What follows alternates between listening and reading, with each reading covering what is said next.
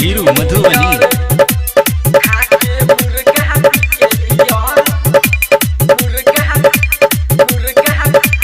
Recording by RR Music.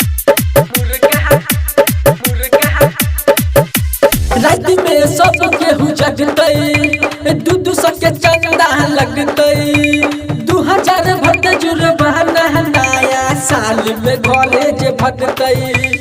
बैठल कबई में पार्टी है तय सुन रे भाई क्लियर, त खा के मुर्गा पी के बियर बोलल जतई हैप्पी न्यू ईयर। त खा के मुर्गा पी के बियर बोलल जतई happy new year.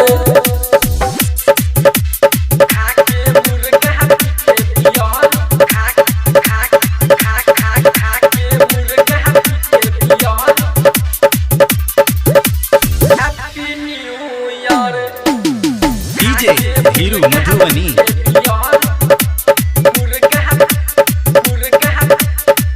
Recording by RR Music.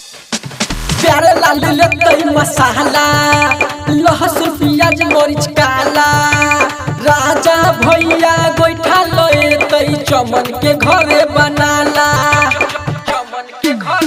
प्यारे लाल लेतई मसाला, लहसुन प्याज मरीच काला, राजा भैया गोइठा लेतई चमन के घरे बनाला। करुआ तेल संजीवन लेतई धनिया पत्ता हरियर, त खा के मुर्गा पी के बियर बोलल जतई हैप्पी न्यू ईयर। त खा के मुर्गा पी के बियर बोलल जतई happy new year.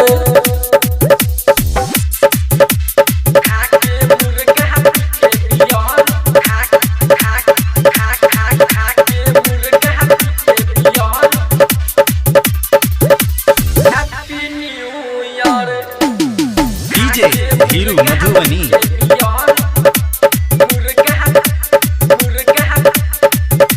Recording by RR Music. परबी लेतई पतीला, मुर्गा मछली के सीरा, प्रीतम प्रेमी आटा लेतई विवेक नहीं करी हाथ गीला।